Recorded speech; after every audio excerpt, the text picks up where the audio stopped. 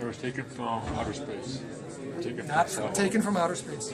Right. What you see is the refraction of the sun in the upper atmosphere.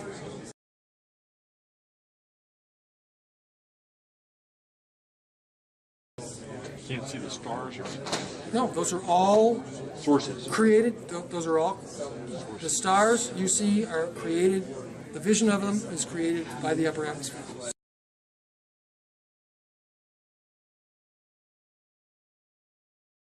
And it's not what it looks like. And the minute you get out of the atmosphere, It's gone. you got no reflection between you and that. You can't see it.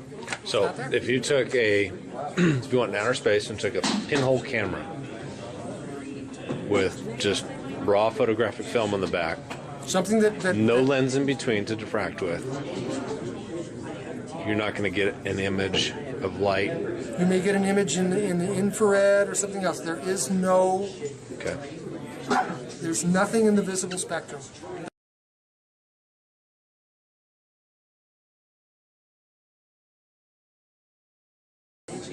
They do need those damn So basically, you gold reflectors.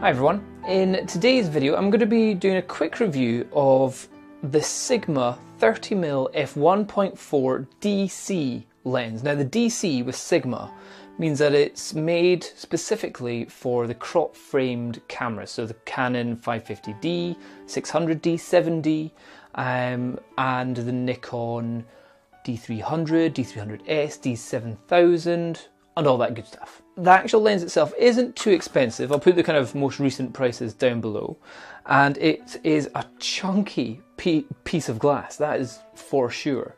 To give you an example, this is a 30mm f1.4. The equivalent Nikon 50mm f1.4 is this size. So if you look at that, there is a substantial difference. Now the Sigma lens doesn't change whether it's Canon or Nikon, it just changes the mount. But if you look at 50mm f1.4, 30mm f1.4, it's huge. And if we look at the actual sizes of the fronts, as you can see, the 50mm and the 30mm, again, hugely different. This one is massive, which is meant to help it kind of get rid of any vignetting around the corners. So it's meant to be very, very sharp.